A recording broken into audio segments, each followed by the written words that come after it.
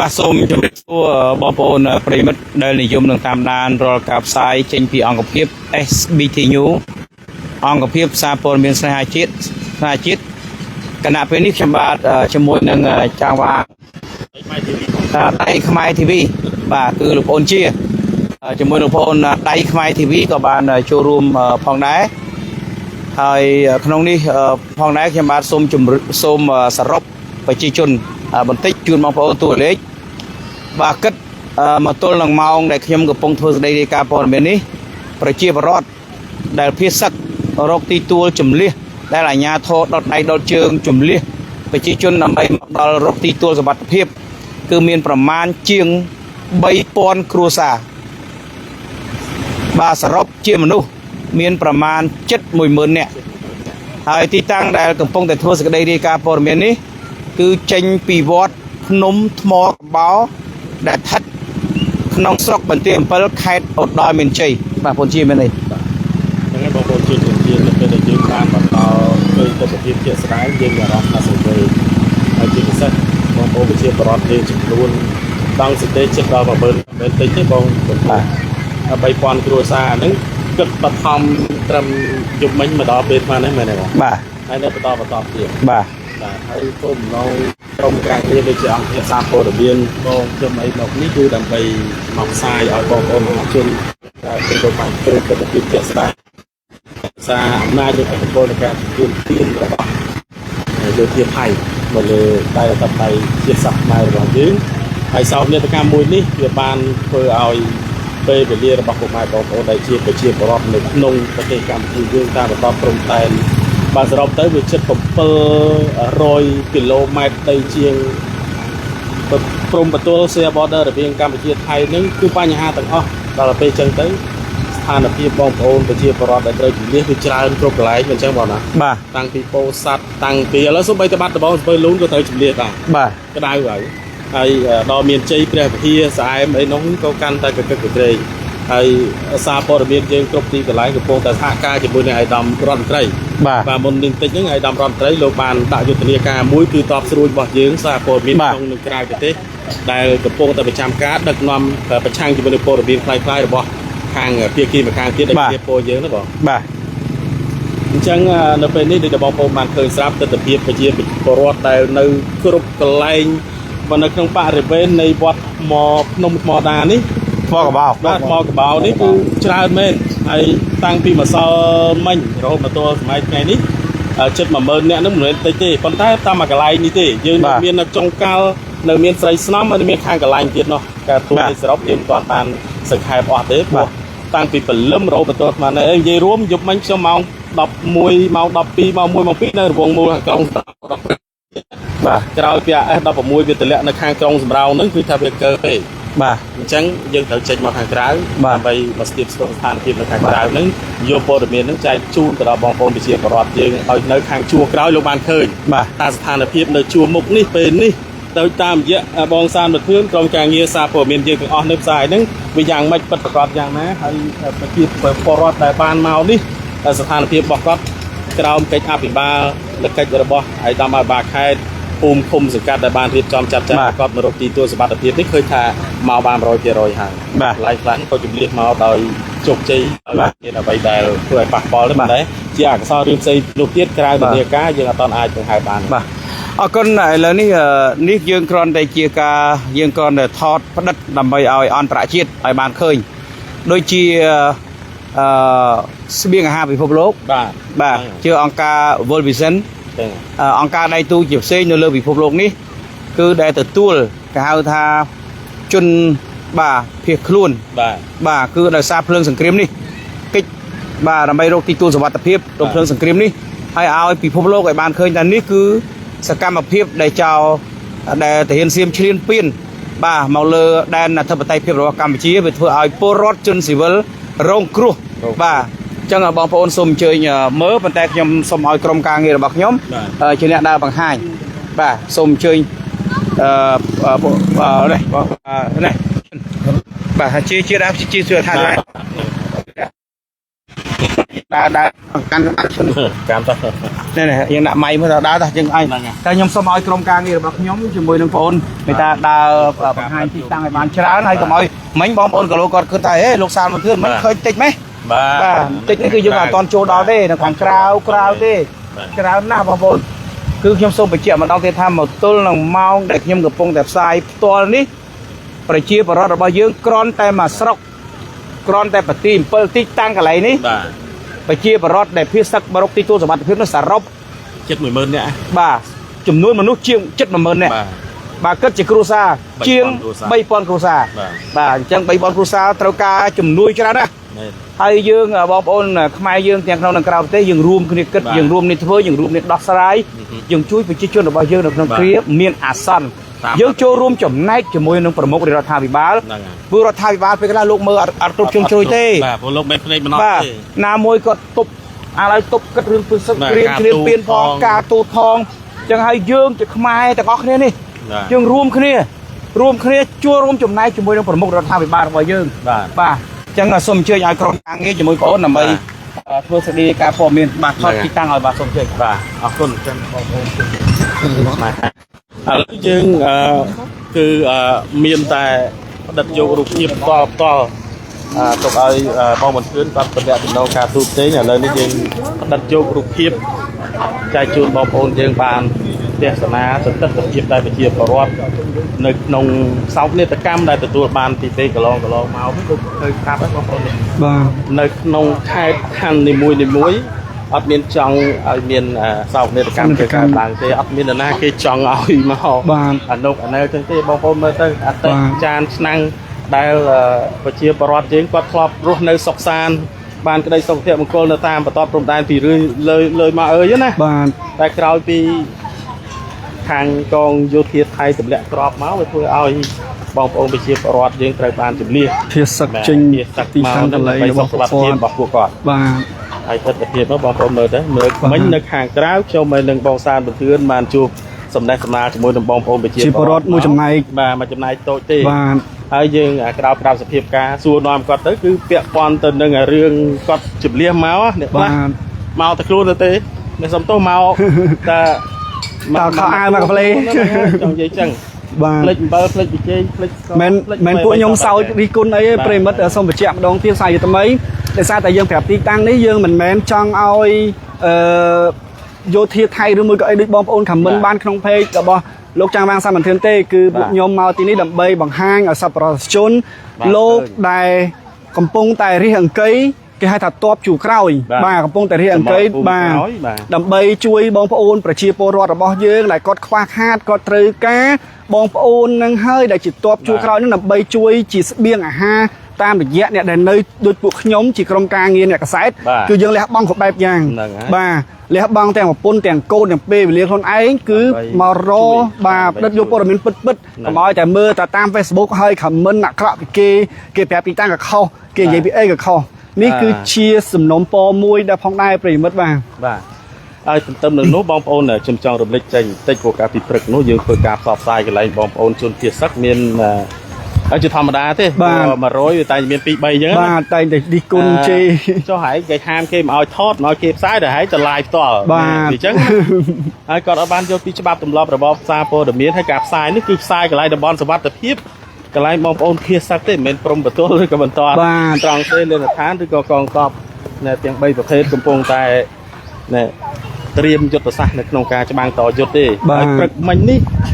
ស្ដាប់តាមប្រសាសន៍របស់ពងពោះរបស់មុខដឹកនាំរាជរដ្ឋាភិបាលក៏បានលើកឡើងហើយអញ្ចឹងបងប្អូនប្រជាពលរដ្ឋខ្មែរយើងគ្រប់រូបត្រូវចូលរួមក្នុងកិច្ចសហប្រតិបត្តិការជាមួយរាជរដ្ឋាភិបាលស្ដាប់តាមយុទ្ធនាការនិងបទបញ្ជាផ្ទៃក្នុងយ៉ាងម៉ឺងម៉ាត់គ្រប់ច្រកអញ្ចឹង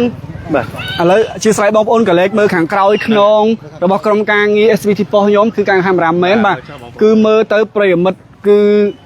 មិនថាគេថាខ្ញុំបើយើងនិយាយពីការយើង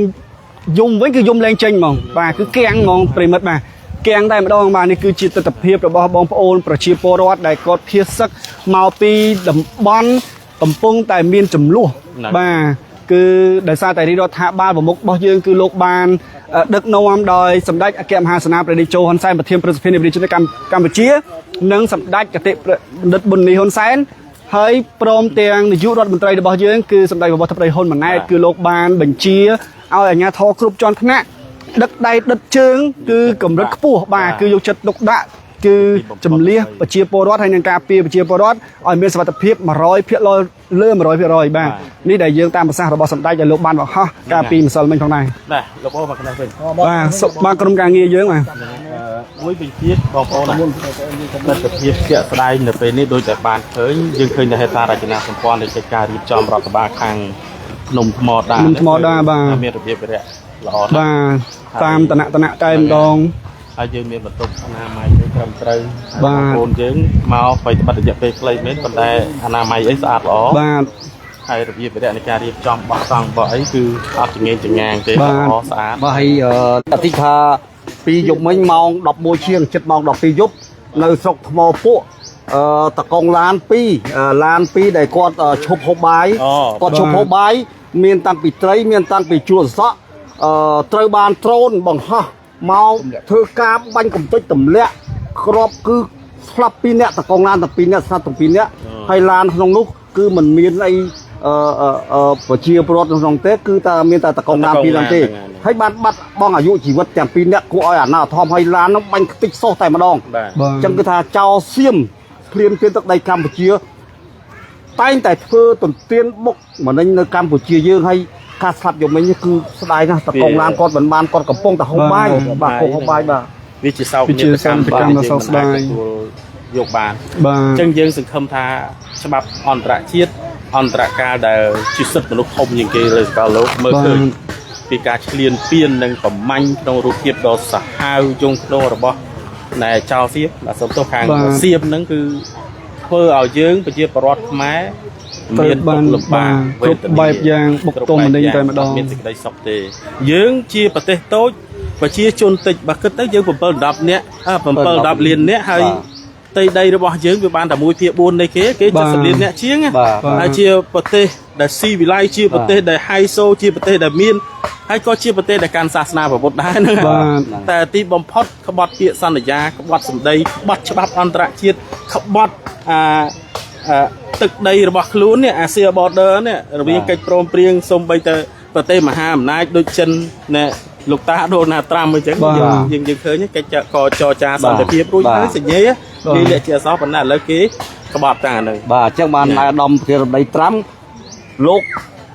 បត់បញ្ជាឲ្យមានការឈប់បាញ់ក៏ប៉ុន្តែថៃវាមិនព្រមឈប់ទេហើយកម្ពុជាយើង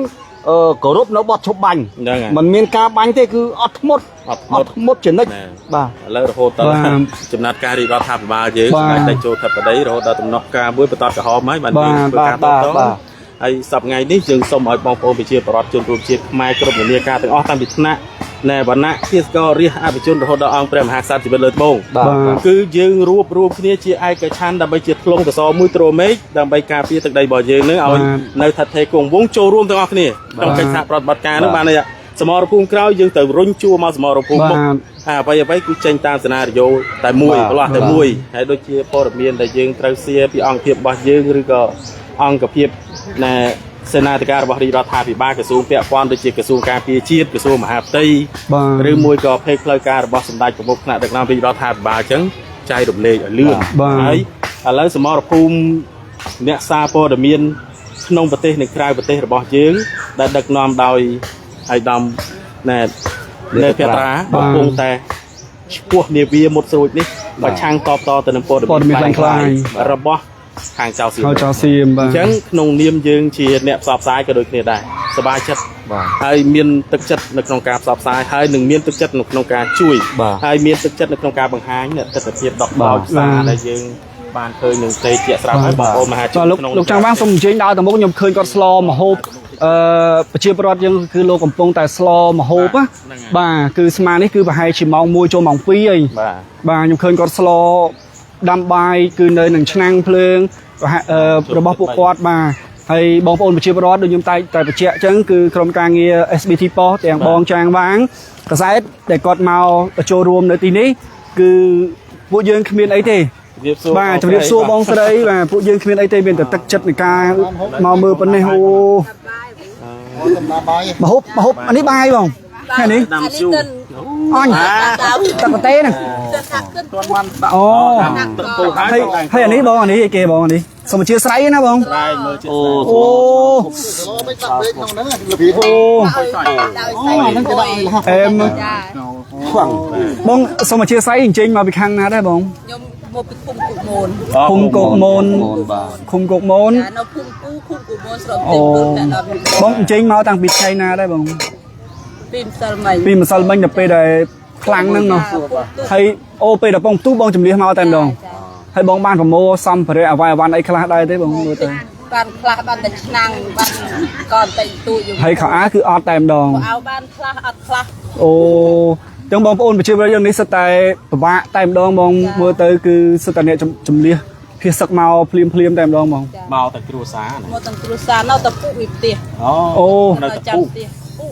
អូ ពុកលោកឪពុកបាទលោកឪពុកបាទ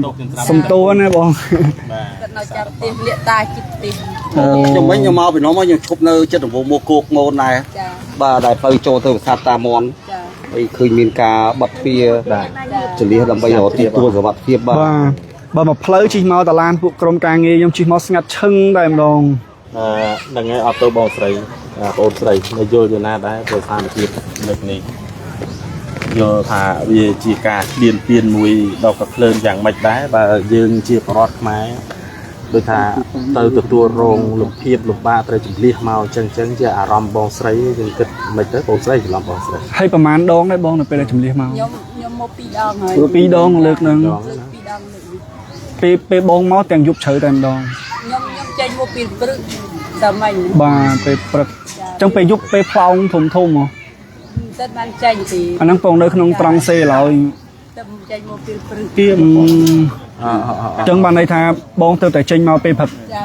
មុនបោកខ្ញុំគ្នាចូលក្នុងពីរយៈពេលតែនោះរៀនស្ងប់ខ្ញុំចេញមកតំខ្លាច បាទ គ្រាប់ពីនោះក៏ធ្លាក់ តែធ្វើយ៉ាងម៉េចបាទនឹងដល់ស្ថានភាពអញ្ចឹងយើង ចូលតាំងពីព្រឹកមកទៅឥឡូវទៅហូបបាយពេលហ្នឹងឬមួយក៏ហូបម្ដង អានេះ ដាំ តាម សម្រាប់ល្ងាច ហូបពេលល្ងាចចា ហូបពេលល្ងាច អូខ្ញុំស្មាននៅគីឡូមិនតាន់ហូបពេលព្រឹកវាទៅឃើញហុយហ្នឹងហុយហើយ គូនរត់មកពីសាលាជាជឿគេរត់មួយយំផងអុយផង គ្រួសារប្រហែលបុតធីតា ខ្ញុំ អូ 2 2 មេមួយ ជំរាបសួរអ៊ំស្រីបងស្រីមួយហ្នឹងហើយ ជប់ឡើងសបោមានមុងហើយយកឡើង មូទៅយ មុខច្រើនណាស់ណា បានមូបាន ហើយសំណាងដែរយើងអត់ភ្លៀង ចាបើមូលមុនភ្លេ មកកាវៈមុនខ្ញុំមកចែក ការលើកមុនយើងមកទីតាំងហ្នឹងប្រហែលសា ខ្ញុំមកពី ពីសាសា ចា ពីសាទៅលើកនេះ ចាពីសាទៅលើពីមុននៅខាងនោះវត្ត បាទ ខាងត្បូងវត្ត ហ្នឹង អីទេបងធ្វើម៉េច រាជរដ្ឋាភិបាលយើងកំពុងយកចិត្ត បាទ សម្ដេចថ្នាក់ដឹកនាំខាងលើក្រសួងពាក់ព័ន្ធសេនាធិការអីហ្នឹងលោកកំពុងរៀបចំចាត់ចែងនៅក្នុងការចុះជួយហើយបាទហើយខាងខ្ញុំបាទហើយនឹងក្រុមការងារនេះជាកិច្ចខាងដើមនេះយើងមកស្ទាបស្ទង់មើលស្ថានភាពហើយយើងក៏នឹងដឹកនាំព័ត៌មានទៅពេលក្រោយមកទៀតហើយសូមឲ្យបងប្អូនយើងជួយចូលរួមនឹងសហការតែយ៉ាងម៉េចអានេះពេលវេលាដែលយើងត្រូវអត់ធ្មត់ទាំងអស់គ្នាមិនចឹង បាទត្រូវតែខំមកស្កប់មិន ការមកស្កប់ចិត្តហ្នឹងហើយមិនចង់ជួបទេប៉ុន្តែធ្វើម៉េចបើគេស្រេកឃ្លានសង្គ្រាម បាទ កូនក៏មិនបានរៀនហើយ ចូល ដីស្រែចម្ការច្បារដំណាំគោក្របីតម្រៃសេះអីហ្នឹងគឺទុកចោលណា គឺបានហើយក៏ទុកចូល ហើយសង្ឃឹម ស្រោ ថា មហាលទុក ស្រូវហាទុកចោលទៀត ហាលទុកចូលប្រមូលមិនទាន់ អូ បាទ ចឹងបានន័យថាទុកទាំងអស់តែម្ដង ដាក់បានចូលក្នុង ធ្វើម៉េចឲ្យតែបានតែខ្លួនមក ឲ្យតែរួចខ្លួន អូ តែមានជីវិតនៅ បាទ បាទ រួចជីវិតពីសង្គ្រាម ហ្នឹងហើយ អីទេបងសូមជឿជាក់លើរដ្ឋាភិបាលរបស់យើងគឺដឹកនាំដោយសម្ដេចអគ្គមហាសេនាបតីនាយកហ៊ុនសែនប្រធានប្រសិទ្ធិហើយនិងសម្ដេចបវរធិបតីហ៊ុនម៉ាណែតលោកជួយប្រជាពលរដ្ឋយើងគ្រប់បែបយ៉ាងបាទ អរគុណ អរគុណច្រើនបងថែរក្សាសុខភាពបងបាទ អ៊ំនេះអូនណាសុខសប្បាយ ប្រិមិត្តនេះគឺជាផ្នែកដែលក្រុមការងារសារព័ត៌មានរបស់ខ្ញុំបាទ SBT Post ទាំងបងចាងវាងកសែតខ្មែរបាទគឺបានយើងបានចុះមកដល់ចំណុចទីតាំងកន្លែងដែលក្តៅកគុកមកព្រឹកមិញហ្នឹងគឺខ្ញុំបានថតទស្សនវិជ្ជានៅដំវងមូលអាកន្លែងហ្នឹងតែដោយសារតែអាជ្ញាធររបស់យើងគឺលោកបានហាមឃាត់ដោយសារតែយើងឮសូរ snow បាទគឺអត់ដាច់ទេប្រិមិត្តបាទគឺ snow ដូចបាទជំរាបសួរអ៊ំសំតោពួកខ្ញុំមក ឡាយព័ត៌មានដើម្បីឲ្យបងប្អូនសប្បុរសជនដែលគាត់បានឃើញក្នុងស្រុកអង្ការសុខដើម្បីឲ្យគាត់បានមកជួយផ្នែកណាមួយតាមរយៈក្រុមការងារឬមួយក៏អីគាត់នឹងយកមកចែកអ៊ំទាំងអស់គ្នាតែម្ដងលោកចង់បានសូមអធិស្ឋាននៅយើងគិតតាំងពីប្រជាពលរដ្ឋរបស់យើងលោកភាសឹងមកដល់នេះគឺប្រហែលជា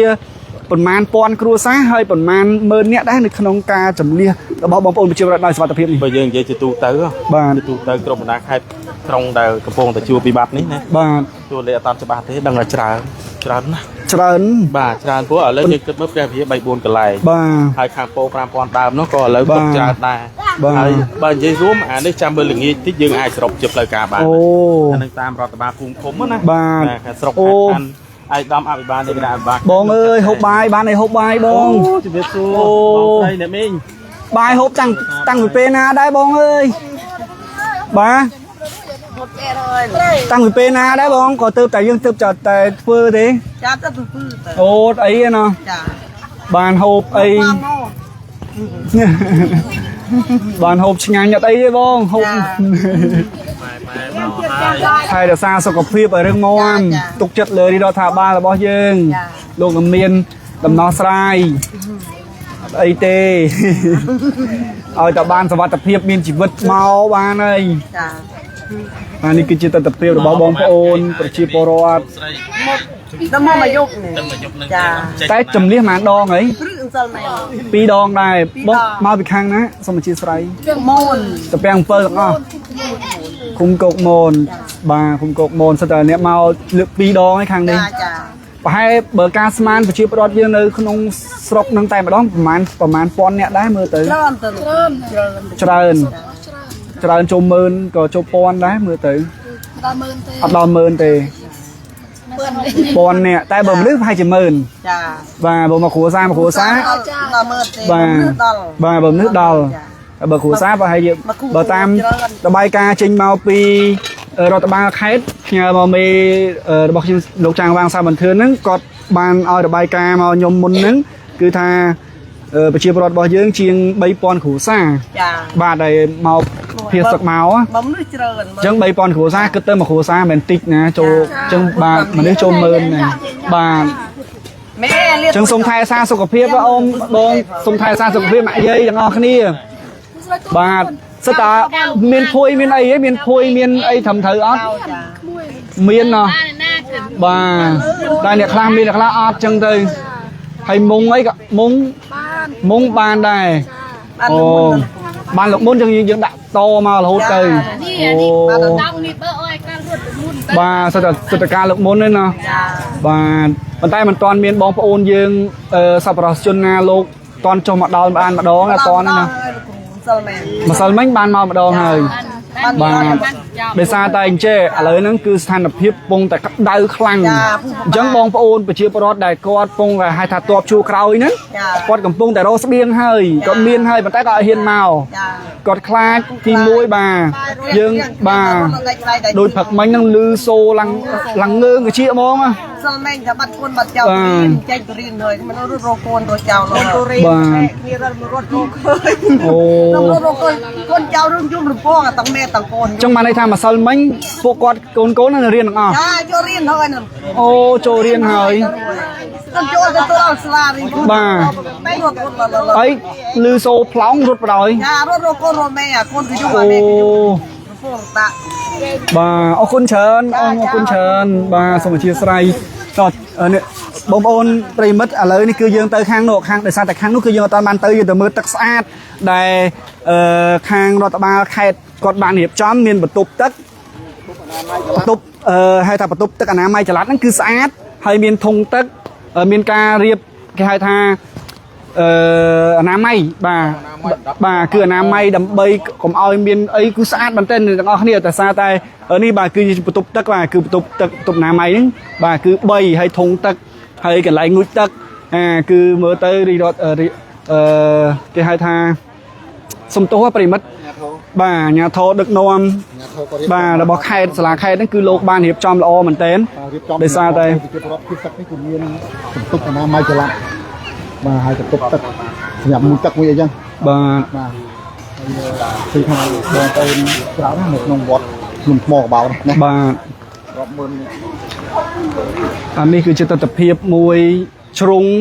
ในการเพียรสักระบบบองโอนประชีปรอดระบอบยื่งให้ยามบามเบ้งแต่ลูกจางวางบามทรายในคางเรานั่นคือประมาณ30 ครัวซาให้ในคางเลือบุญยมได้เตียดคางเลือเตียดมาคือเบิกการในการคิดมาปีเพลย์โจมาคือเนี่ยจัดอันเหมือนเต้นมาคือผลท้าย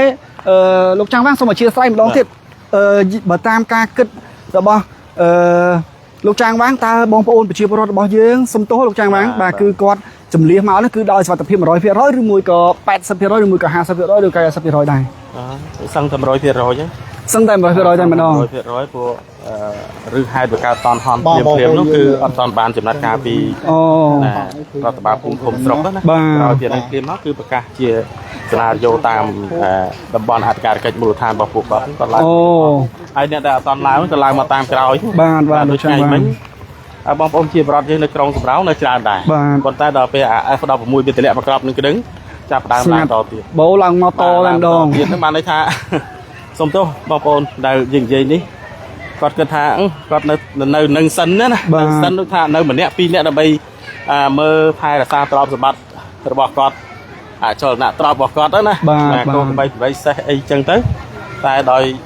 ไอ้ดอกมวยในเกลือในไรกรงสำรองนึงก็ยิงจับดามจันมาบองแกหัวมีอะไรได้ไหมปีเปียกปอนปัญหาบองโปไปเชียร์รถได้กดที่สักปีน้ำบอลเซ็งๆมองการตีตัวสวัสดิภาพนี้เคยหาสมเอาบองโปไปเชียร์รถคลาสของเมียนการขาดมันยังนะตีมุ้ยคือกดคว้าต้องบองโปยืนเดินมาสมัยบองโปกรมยุบจุนยืงแต่ในขนมกรงริจินีพนมเป็นกระโดดกีตาร์มาดาคายในช่างปีพรมแดนได้ประกบแต่มีสังคมกัมพูชาไทยดิเบอร์สันติบองโปนยังสหการคณิตขมายช่วยขมายยังช่วยคณิตเบอร์สันติบองโปนอาจบริจาคหรือมวยก็มีเครื่องอุปโภคบริโภคเซ็งบองโปนยังอาจมายกใจจุนบองโปนที่สักยืนจิตเจริญปอนครูซาแต่เราฮัตติมวยคือคลายกิโลเมตรเกาะคายเกาะไอเตอร์มีการแต่การแต่ให้บองโปนปัจจุบันคลาสกลุ่มมีการขาดต้องให้ต้องก็มีพระจักรจะให้ละให้จะบอกว่าจังไงบางคนอาจโจรวมบ้านโจรวมตามแบบลูกจาบางบ้านคือหรือมือของบางคนอาจมอบตัวบ้างอะไรนี่ก็บ้านได้จริงมอบตัวแต่คือสันติภาพเป็นที่สมเชียร์ไซเกิดอาจมอบตัวบ้านนี่เดี๋ยวแต่มาตามแบบเนี่ยซาปอนเป็นชูมุกยังขยมนั่งยกมาใจจูนบองปอนเพียรสักต่างจังก่อนส้มพญาซาก็ดีของการไล่ต่อแต่การบองปอนจูนรวมคิดต่างในข้างขนมประเทศในกลางประเทศเบอร์เซนจะมีนอาจช่วยสหการคณิตหรือมวยโกช่วยกินโกในเครื่องอุปโภคบริโภคแต่มีการขาดบองโปวิจิตรรถดังเสียไปประเทศมีสังคมแต่กรุงเกลียงให้รถปัดบานบานโยงกโยคาเมาดิคือรถอาทิตย์จบเตียยังสมัยบองโปนช่วยสหการคณิตหนึ่งขมายช่วยคณิตโดยสารแต่ยืนกับปงแต่มีนตุกยังช่วยคณิตแต่มีนไปห้าปงแต่มีนไปห้าตามประเทศไทยคือแต่บ้านคิดไปซะนี่คือแต่มาการคลังเชียงคือบางพอด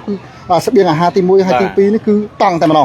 บาโดยเฉพาะธนามเพชรธนามไอ้ยังพันต้องมาอาญาโทยังคือจะตกได้โรงพยาบาลเรียบจอมอาหารใครดอมินจีก็โดยเฉพาะตีมินจีลูกขัดคอมปรังไปน้องกาไทยตอมสกปรกบองมันทานในตีนาเอาแต่บองปนจวบพรมแดนคือจุดเพิสักยังจะรวมโลกเจ้าอาภิบาลกรบเปรย์เลี้ยนยมยมบ้านเปยมโจมยมบ้านเคยยมมันตีสภาพบ้านบ่ยังในจำใครนะคือโลกบ้านด่าในทางมุกเพลย์โจมองเป็นเด็กยมโจจมูกยังบองปนกองกับลังบ่ยังกอดบ้านเหียบจอมสลับทนอบในตีนั้นให้ก็อคนคลังมันเต้นประมกขณะดับนอนบ่ยังโลกบ้านกึศกูดอลคือจึงเกยตามวิธนาเลือดหดอัตนาคราวโลกบ้านเหียบจอมไปเชื่อเราเดียวเพียสักคือถ้าดอยสวัสดิภาพโดยหลกจางบ้านกับบ้านจะทำ100%เนี่ยคลากิดเลยมันตอนเบอร์ใจก็ให้ทำมือแต่โปรดเมียนมวยจุ่งโปรดเมียนมวยจุ่งให้แต่โปรดเมียนเฟกนิวคือโปรดเมียนคล้ายๆสมบองโอนกลมมือปีกกลมเสียสมเสียแต่โปรดเมียนปึ๊ดกาลายบริดอทับบาลกาจิงไซดอริดอทับบาลกระทรวงการปีเชียดคือกระทรวงโปรดเมียนคือบองโอนไอเสียบ้านให้นังเพกกับพงแต่ลายเพลการนี่พงใดที่พิเศษยิงอ่านยิงบานไปเดียซาเดรอนประทีปสกซอนติเพียบสมบัติเพียบเราบองกองกำลังจูมุก របស់នៅសមរភូមិជួរក្រោយឬក៏បងប្អូនជនភៀសឹកឥឡូវយើងចូលរួមស្ដាប់ចូលរួមធ្វើចូលរួមគិតចូលរួមពិចារណាហើយធ្វើអ្វីដោយគិតឧត្តមប្រយោជន៍ជាតិជាធំជាពិសេសគឺគុណតម្លៃនៃការលះបង់របស់បងយើងហើយបើចំពោះបងប្អូនសួរមកដូចខ្ញុំព្រឹកមិញសួរថាឥឡូវយើងស្លាប់ប្រហែលអ្នកឬប្រហែលអ្នកនេះគឺជានានាការមួយចាំឲ្យក្រសួងការពារជាតិឬក៏រដ្ឋាភិបាលយើងធ្វើគេហៅថាតួលេខបូកសរុបអ្វីស្បែកខុសតាមនេះពោះឥឡូវយើងមិនទាន់ចប់សង្គ្រាមទេសង្គ្រាមកំពុងតែក្តៅអញ្ចឹងយើងអនុលោមទៅតាមច្បាប់អន្តរជាតិជាតិនិងអន្តរជាតិសិនតែអ្វីដែលសំខាន់យើងនៅបាទនេះធំមកបាទឥឡូវនេះកំពុងតែមានសម្លេងផ្លោងខ្លាំងទាំងតែម្ដងបាទគៀកជាមែនតើបាទអូយើងសុំដើរទៅមុខទីបាទពួកខ្ញុំមិនមែនខ្លាចទេទាំងអស់គ្នាបើសិនជាពួកខ្ញុំខ្លាចពួកខ្ញុំអត់មកកន្លែងហ្នឹងទេបាទពួកខ្ញុំអត់មកតបជួមុខទេតែវាលឺក្បែរកាជាហ្មងពីគ្រាប់បាទបើសិនជាពួកយើងខ្លាចពួកយើងមកទៅអីយើងមិនយើងអ្នកព័ត៌មានហើយក៏ខ្ញុំអរគុណដល់បងកាមេរ៉ា SBT ប៉ុសរបស់យើងបាទគឺជាប្អូនបោះមេបាទគឺគាត់លះបង់គ្រប់យ៉ាងបាទគឺគាត់មកតាំងពីមុនខ្ញុំមុនបងកែវហួរក្រុមការងារ SBT ប៉ុសរបស់យើងគាត់បាទលះបង់អស់ហើយបាទគាត់មកដោយសារតែជាងគេលោកចាងវាងសាមន្ទឿនខ្ញុំដើរមួយគាត់រាប់ឆ្នាំមកហើយបាទ4-5ឆ្នាំហើយខ្ញុំឃើញស្ថានភាពរបស់គាត់គឺលក្ខណៈថាគាត់លះបង់គ្រប់យ៉ាងហ្មងទាំងថវិកាទាំងឈាននិយាយទៅថាលុយកាក់អូស៊ីរបស់គាត់គឺគាត់លះបង់ដើម្បីប្រជាពលរដ្ឋក្នុងប្រទេសរបស់យើងទាំងមូលតែម្ដងដោយសារតែប្រទេសរបស់យើងកំពុងតែមានសង្គ្រាម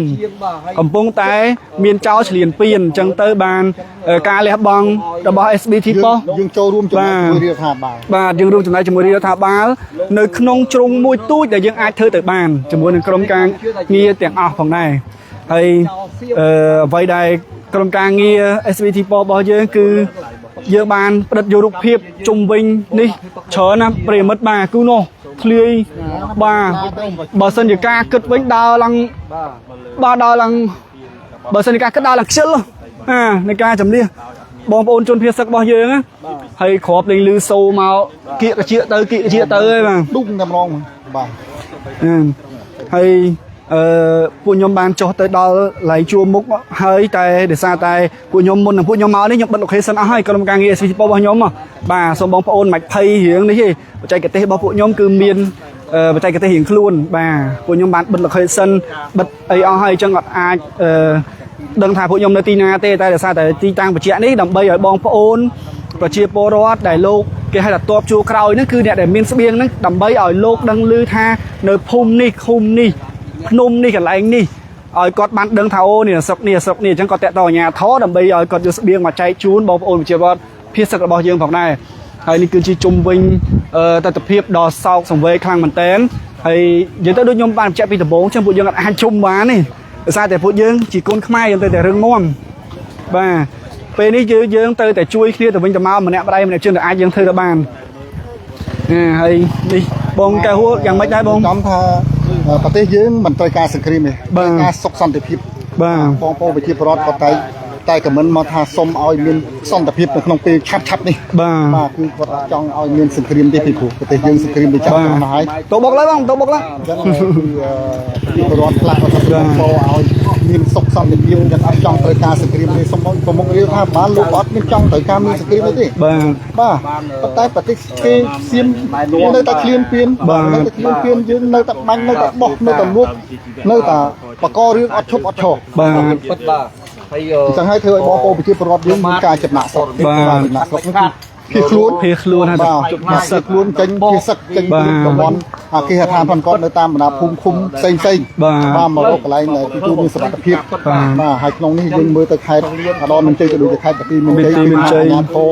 ដឹកដៃដុតជើងខ្លាំងមែនតើដឹកជើងមែនតើក្នុងការគ្រប់គ្រងបងប្អូនជាពលរដ្ឋមានស្បៀងអាហារគ្រប់គ្រាន់ទាំងអស់បាទដើម្បីគ្រប់គ្រងយ៉ាងថ្នាំពេទ្យមានទឹកសុទ្ធមានទាំងគ្រឿងឧបភោគបរិភោគបាទគ្រប់សពបែបយ៉ាងតែវាមិនអ្វីក៏ដោយក៏មានការខ្វះចន្លោះខ្លះបាទអញ្ចឹងយើងចង់ឲ្យសពប្រជាជននានាបាទក៏ដូចជាអស់លោកស្រីនៅក្នុងនិងក្រៅប្រទេសបាទសូមជួយយ៉ាងណាយើងជួយសហការគ្នាខ្មែរជួយខ្មែរដើម្បីវាមានថាមានស្បៀងមានអាហារឬមួយក៏តង់ដូចខ្ញុំលើកឡើងមិញណាបាទខ្លាចព្រោះខ្វះតង់មេចកក់ខែកក់អីចឹងទៅភ្លៀងទៅយកទៅទឹកហើយខ្លះបងប្អូនខ្លះ លោកចាស់ចាស់បាទយើងមើលទៅឃើញកង់ចាស់ចាស់ច្រើនហើយខ្លាចខ្លួនផ្លែទៅវាបាក់ទឹកអញ្ចឹងអរគុណណាស់ដល់ប្រិមិត្តបានតាមទាំងអស់គ្នាបាននៅសកម្មភាពនេះ បាទចេះប្រិមិត្តដោយសារតែក្រុមការងាររបស់ពួកយើងដូចខ្ញុំបានបញ្ជាក់អញ្ចឹងដោយសារតែក្រសួងព័ត៌មានគឺជាមេដារបស់ពួកយើងគឺលោកបានបញ្ជាក់ថា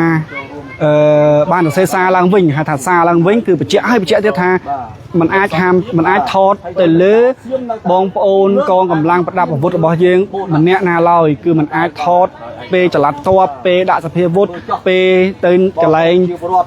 ដាក់ក្នុងប្រទេសអីគឺហាមតែម្ដងបងប្អូនសូមកុំបង្ហោះឲ្យសោះបាទហើយកណ្ដាលពេលនេះក្រុមការងារ SBT ប៉ុស្តិ៍របស់ខ្ញុំបាទឆេងវិឈុនជាមួយនឹងលោកកែវហួរ